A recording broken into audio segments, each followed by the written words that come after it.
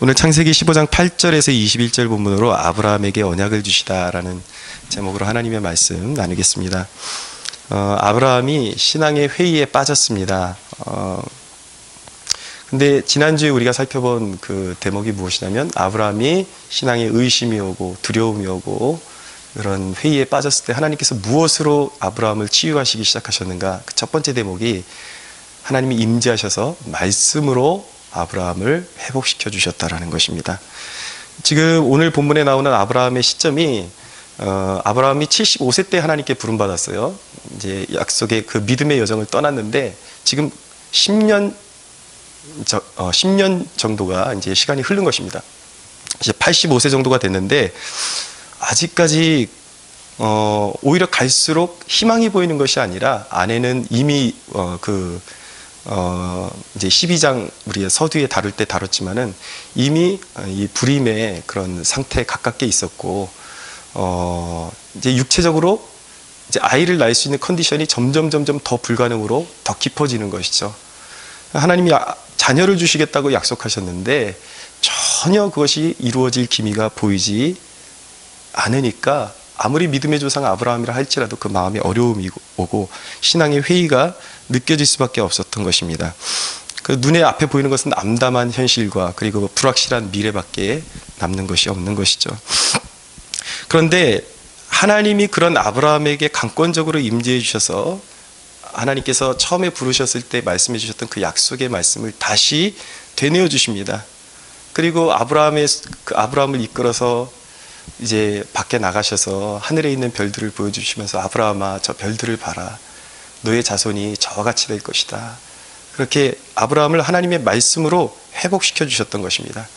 그랬더니 6절에 보니까 아브라함이 여호와를 믿으니 여호와께서 이를 그의 의로 여기셨다라고 말씀하시죠.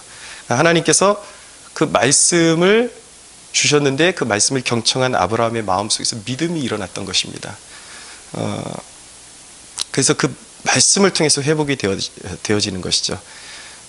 그런데 여러분 여기서 우리가 한 가지 깨달을 사실은 우리 인생의 신앙에 이런 회의가 있지만 그런 신앙의 그런 회의감조차도 하나님께서 개입하시기만 하시면 우리의 삶 가운데 진정한 믿음을 자라나게 하는 통로가 될 수 있다는 사실을 꼭 기억하셔야 돼요. 하나님은 말씀하시는 하나님이십니다.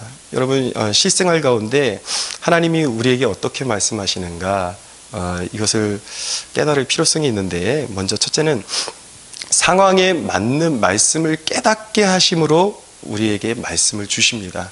그러니까 과연 말씀을 받는다라는 게 무엇일까? 이제 오랜 경험을 통해서 아시는 분들은 이제 아시겠지만 믿은 지 얼마 안 되신 분들이나 아직 경험적인 신앙에 대해서 이렇게 약간 좀 모르시는 분들에 대해서는 그런 분들은 과연 하나님의 말씀을 받는다라는 것이 무엇일까 이렇게 의아할 때가 있습니다. 아무리 성경을 읽어도 잘 모르겠는데 그런데 분명한 것은 하나님은 말씀하신다라는 것이죠. 누구에게나 말씀하십니다. 믿는 자녀들에게. 상황에 맞는 말씀을 깨닫게 하심으로 우리에게 말씀을 걸어오십니다. 성령님께서 어떤 분이신가? 성령님께서는 말씀을 비추어 주시는 분이세요. 그래서 우리 상황에 맞는 말씀으로 우리를 깨우쳐 주시고 그렇게 말씀하시죠. 두 번째는 하나님의 임재 가운데 감동을 주심으로 해서 그 말씀을 주십니다. 어떤 말씀을 읽고 있는데 갑자기 그 심령이 막 뜨거워지는 것을 경험하게 되고 눈물이 솟아나기도 하고 이런 역사가 일어나죠. 근데 이제 대부분 사람들이 오해하는 게 이 두 번째 하나님의 뭔가 강력한 임재가 나타나 눈물이 막 펑펑 쏟아지고 이런 것 같아요. 하나님이 나에게 말씀을 주셨구나 그렇게 믿는데 근데 좀 치우친 믿음을 가지고 있는 분들은 이런 특별한 감동이 없으면 하나님이 나에게 말씀하신다고 믿지를 않는 거예요. 근데 여러분 제가 전자로 말씀드렸던 상황의 말씀을 맞는 말씀을 깨닫게 해주시는 사역이나 강권적으로 임재해 주셔서 마음이 뜨거워지게 해주시는 분이나 동일한 분이 행하시는 사역이라는 거예요. 바로 성령 하나님께서 말씀을 비추어 주시고 우리의 마음을 감동시켜 주신다라는 것이죠.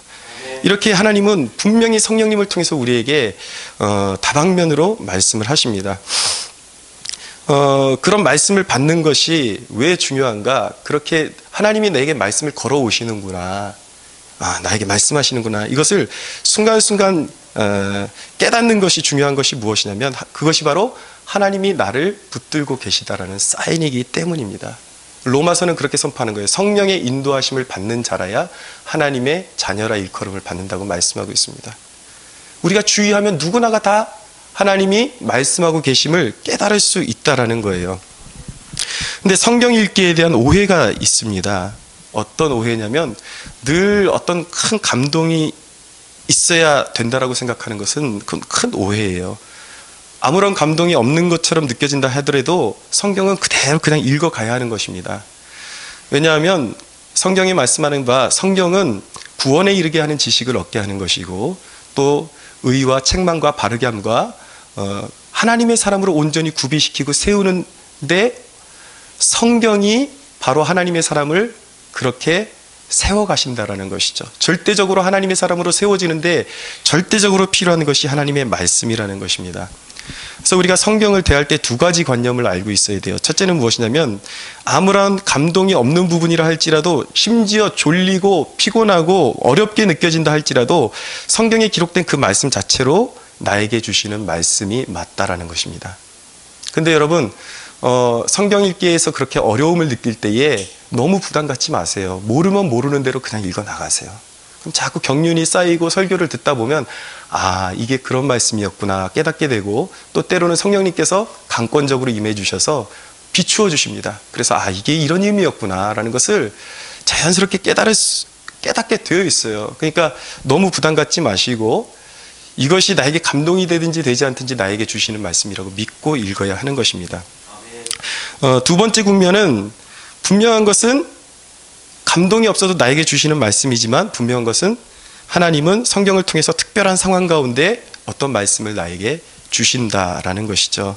그렇기 때문에 여러분 모든 말씀이 다 나를 위해서 기록된 말씀이긴 하지만 하나님이 인격적으로 말씀을 걸어오실 때는 또 다른 경우예요. 이거는 정말 나에게 필요한 말씀을 주시는 것입니다. 그래서 성경을 읽다가 꼭 이상하게 큰 느낌이 없다 할지라도 이상하게 나의 상황하고 너무 정확하게 맞아떨어지거나 나에게 뭔가 말씀을 걸어오시는 것 같다라는 생각이 들 때는 믿음으로 그 말씀을 붙들어야 하는 것입니다. 그리고 그 말씀에 순종해야 하는 것입니다. 믿음이라는 것은 말씀으로 하나님의 말씀을 들을 때 주어지는 것이기도 하지만 믿음의 또 다른 국면은 무엇이냐면 그것은 붙들어야 하는 것이기도 합니다. 이 국면을 이 하나님이 주시는 믿음과 내가 또 지켜야 할 믿음이 있는 거예요. 근데 우리가 약한 부분이 내가 지켜야 하는 믿음의 부분에 대해서 좀 취약할 때가 있다라는 것이죠. 말씀을 받으면 하나님이 확신을 주시면 그 말씀을 붙들고 내 것으로 삼아야 한다라는 거예요. 그래서 히브리서 11장 6절에 보면 믿음이 없이는 하나님을 기쁘시게 하지 못하나니 하나님께 나아가는 자는 반드시 그가 계신 것과 또한 그가 자기를 찾는 자들에게 상 주시는 이심을 믿어야 할지니라 라고 말씀하고 있어요. 사랑하는 여러분, 하나님의 계획은 반드시 이루어지게 되어 있습니다. 믿으시죠?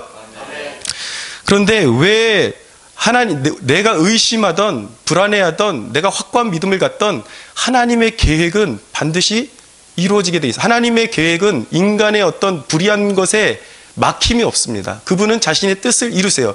말씀하신 바를 이루세요. 근데 왜 그럼에도 불구하고 우리가 확고한 믿음을 가져야 하는가? 거기에 중요한 이유가 있다는 거예요. 믿음에는 반드시 기다림의 시간이 필요합니다.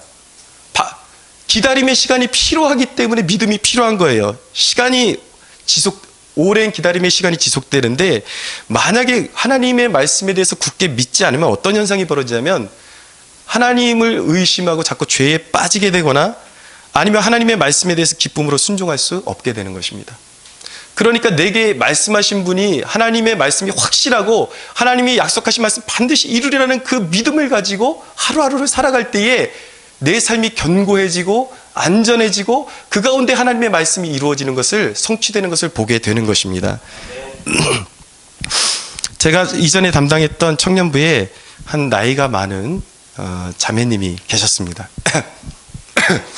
제가 목사인데 부담스러운 게 청년부의 자매인데 자매가 저보다 한 살이 많았어요. 근데 이 자매에게 고민이 있었습니다. 무슨 고민이 있었냐면은 혼기가 지나갔는데 이 배우자가 나타나지를 않는 거예요. 노심초사 고민을 하는 것이죠. 그래서 급기야 이 자매가 어떤 이제 결정까지 내리게 됐냐면 자기보다 12살이 어린 형제가 있었습니다.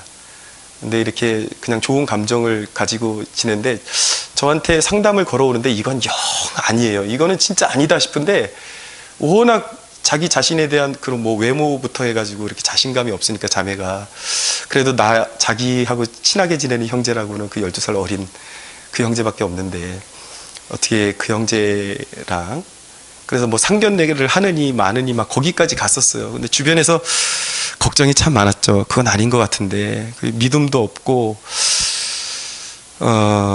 그래서 주변에서 이제 많이 기도를 해줬습니다. 근데 제가 그 사역지를 그만두고 나서 얼마 전에 얘기를 들었어요. 그 자매가 드디어 정신을 제대로 차리고 그 12살 어린 그 형제랑은 이제 헤어지고 어엿한 회사에 다니는 그런 비슷한 연배의 훌륭한 또 남편을 만나서 아름다운 가정을 이루었다라는 소식을 듣게 되었습니다.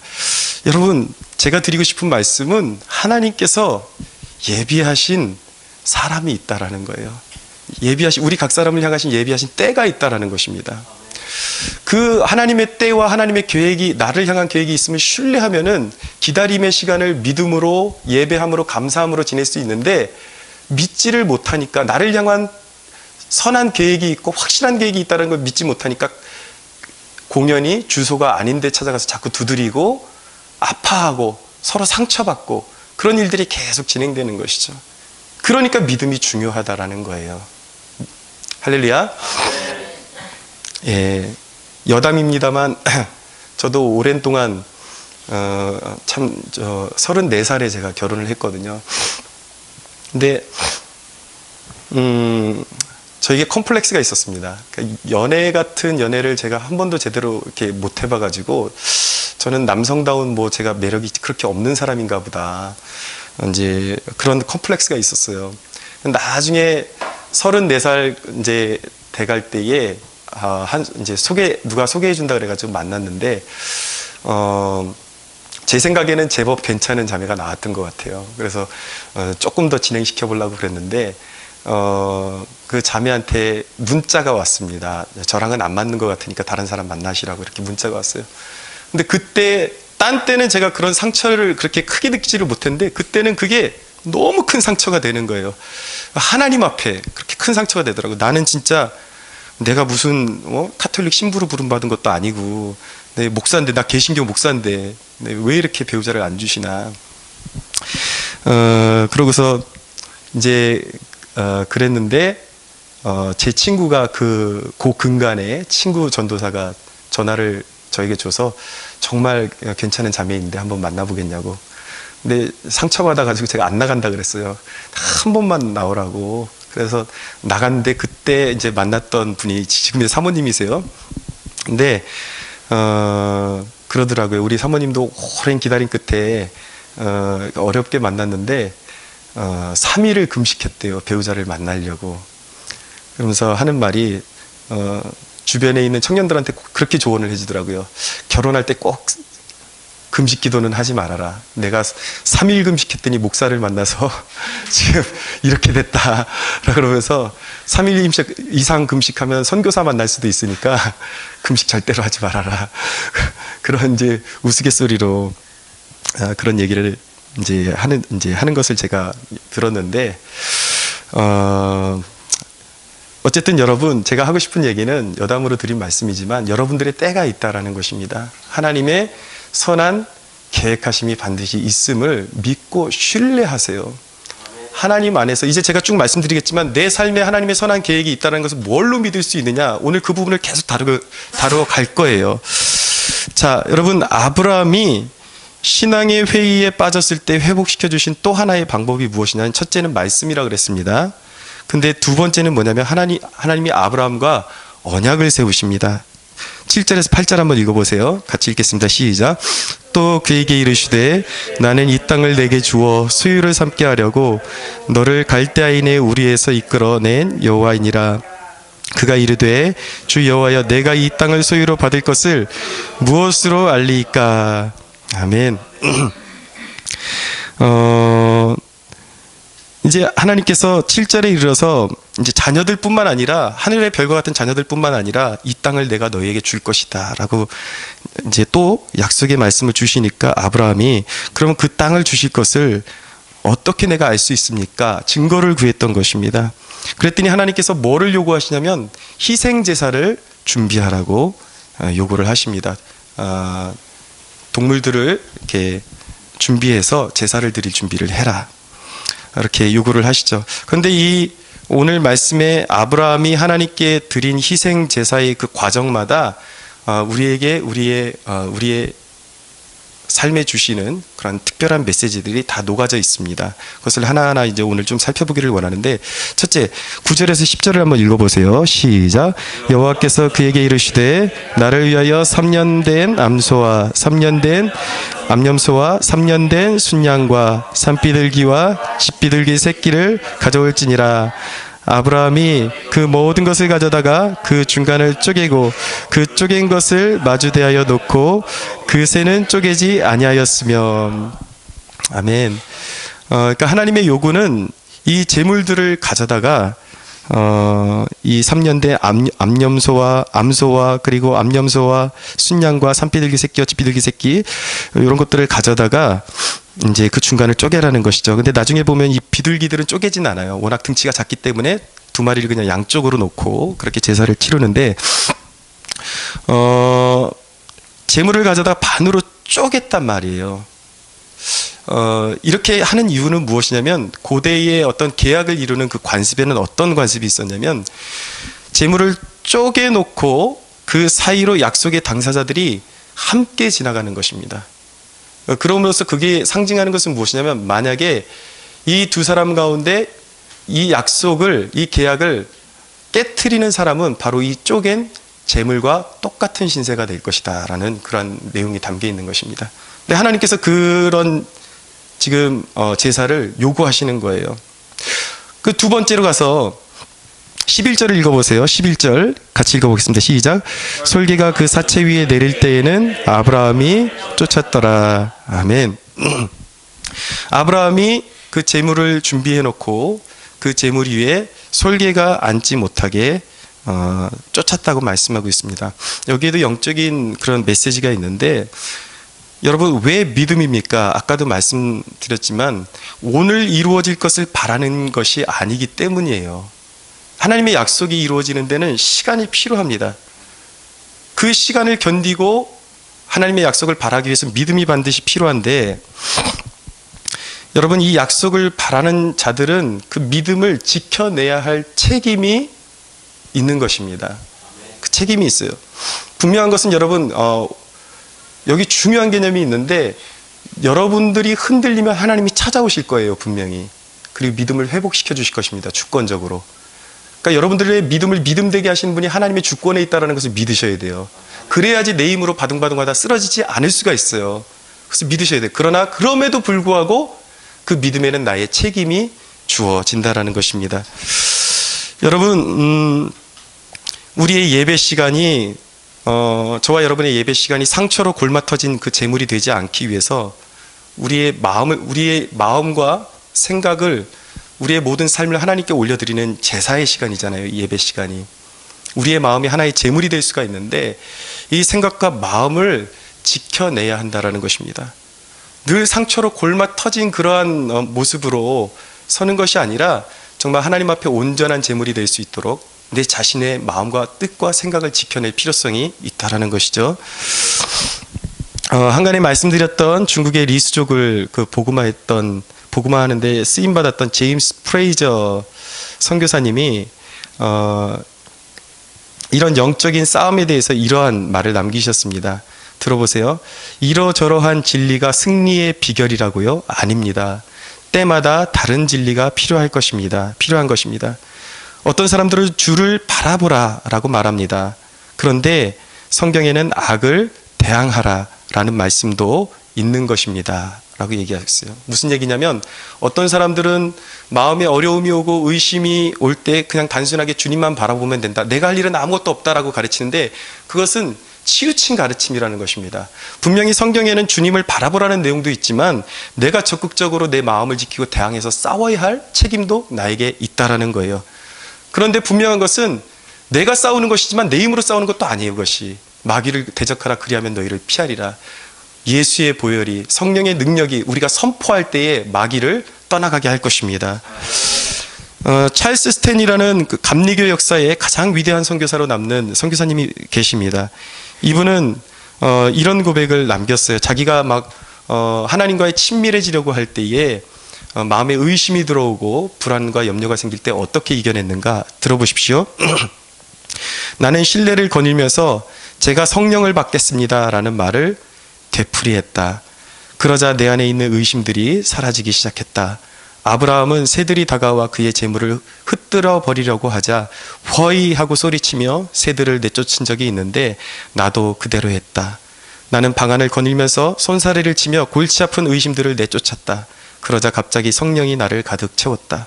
성령의 물결이 정화의 불이 되어 나를 관통하고 있는 것 같았다. 아멘. 여러분,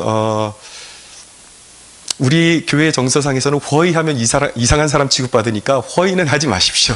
근데 이분이 그 마음에 의심이 들어올 때 이 아브라함과 같은 믿음으로 그 의심을 대적했다라는 부분에 주목하셔야 돼요. 그 의심이 내 마음 가운데, 내 생각 가운데 꽈리를 틀고 자리를 잡도록 허락해서는 안 된다라는 것이죠.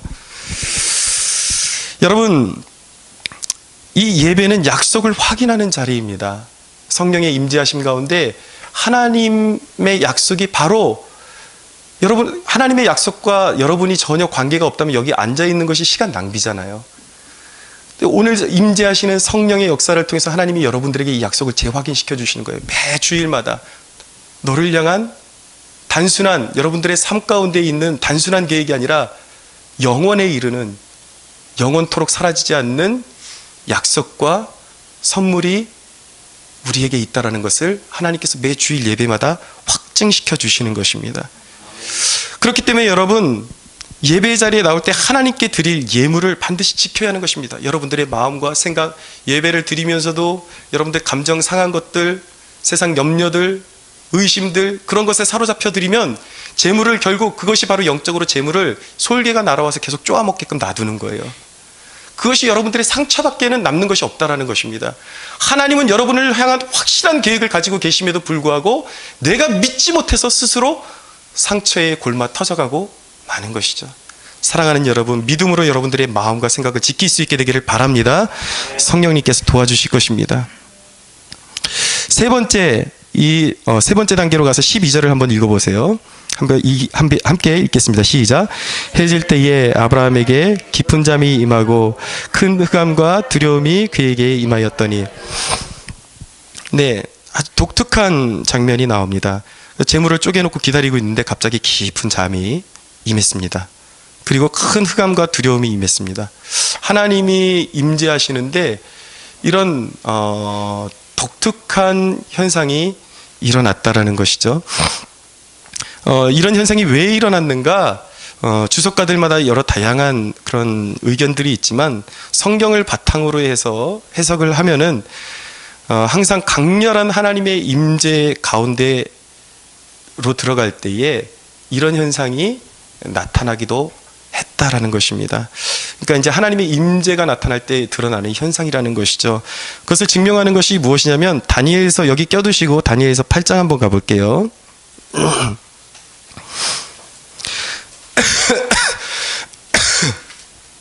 다니엘서 8장 16절입니다.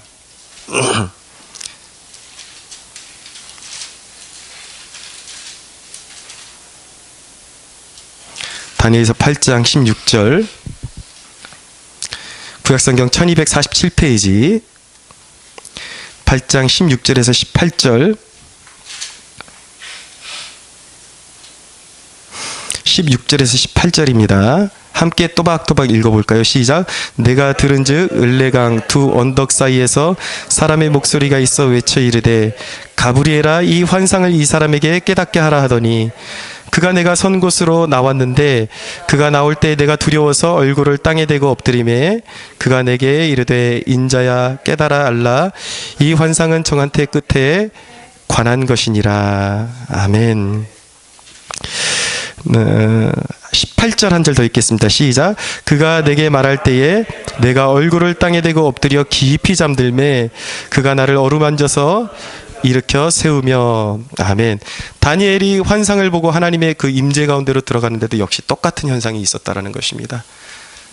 깊은 잠에 빠지고 알 수 없는 두려움에 사로잡히게 되는 것이죠. 그래서 사도 요한도 요한계시록을 이제 성령님께 받아서 그 기록할 때에 그의 증언에 의하면 요한계시록 1장에 보면 성령이 임재하시니까 그 임재에 압도되어서 자기 자신이 마치 죽은 자처럼 되었다라고 그렇게 증언을 하고 있습니다. 하나님이 임재하시면, 우리의 삶 가운데 임재하시면 반드시 어떤 그분의 영광에 압도되는 느낌이 주어지게 되어 있습니다.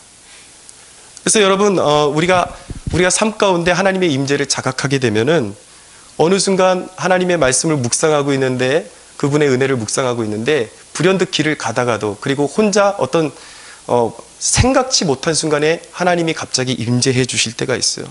하나님이 임재해 주시면 거룩한 경외감이 마음속으로 밀려 들어옵니다. 내 마음이 정화되고 그 거룩한 그 감동 때문에 그 자리에서 어떤 경우에는 정말 고개를 들 수가 없어요. 자연스럽게 하나님의 그 크심을 목도하면서 자연스럽게 내 고개를 숙이게 되고, 또 어떤 경우에는 그 자리에서 무릎을 꿇고 싶은 감동이 생깁니다. 그래서 저도 이렇게 가끔 여기 이제 혼자 설교 준비하고 왔다 갔다 하는데 불현듯 하나님께서 이렇게 임재해 주실 때는 그 감동이 너무나도 이렇게 강렬하게 다가와서 그 자리에서 움직이지 못하고 그 자리에서 무릎 꿇고 하나님을 경배할 때가 있습니다. 그러니까 하나님이 임재하시면 그분을 경외하는 마음이 강렬하게 밀려 들어오는 그런 무언가가 있다라는 것이죠. 그런데 왜 큰 흑암과 두려움을 느꼈을까? 이제 이후에 보면 언약의 횃불이 쪼갠 고기 사이로 이제 지나가게 될 텐데, 그 언약의 횃불이 더 선명하게 보이려면은 흑암이 짙어져야 하는 것입니다. 여기에도 우리에게 영적으로 주시는 메시지가 있습니다. 여러분, 우리의 인생에 흑암이 깊어지면 주님이 개입하실 때가 가까웠음을 믿으십시오. 가끔 우리는 그런 질문을 할 때가 있습니다. 왜 나의 그런 이 오랜 동안의 질병을 하나님께서 고쳐주시지 않으실까? 응답받고 싶은데 내 삶의 문제들을 왜 이렇게 하나님께서 수년간 기도했음에도 불구하고 내버려 두실까? 여러분, 그 이유는 왜인지 아십니까? 그 아픔을 통해서 하나님께서 끝까지 여러분들을 이끌어 주시기 위해서 그 아픔을 계속해서 주시는 거예요. 우리에게 필요한 아픔이 있습니다. 물론 하나님께서는 구원받는 믿음을 위해서 믿음 없는 사람들의 그 지각을 깨워주시기 위해서 예수 그리스도가 하나님의 아들이심을 증거하시기 위해서 표적으로서 주시는 사인으로서 어떤 질병을 치유하실 때가 있습니다. 그러나 오히려 믿고 나면은 병이 잘 안 고쳐져요. 이상하게. 왜 그럴까요? 여러분들 역으로 생각해 보세요. 여러분들이 하나님께 구하는 대로 여러분들의 병이 다 고쳐지면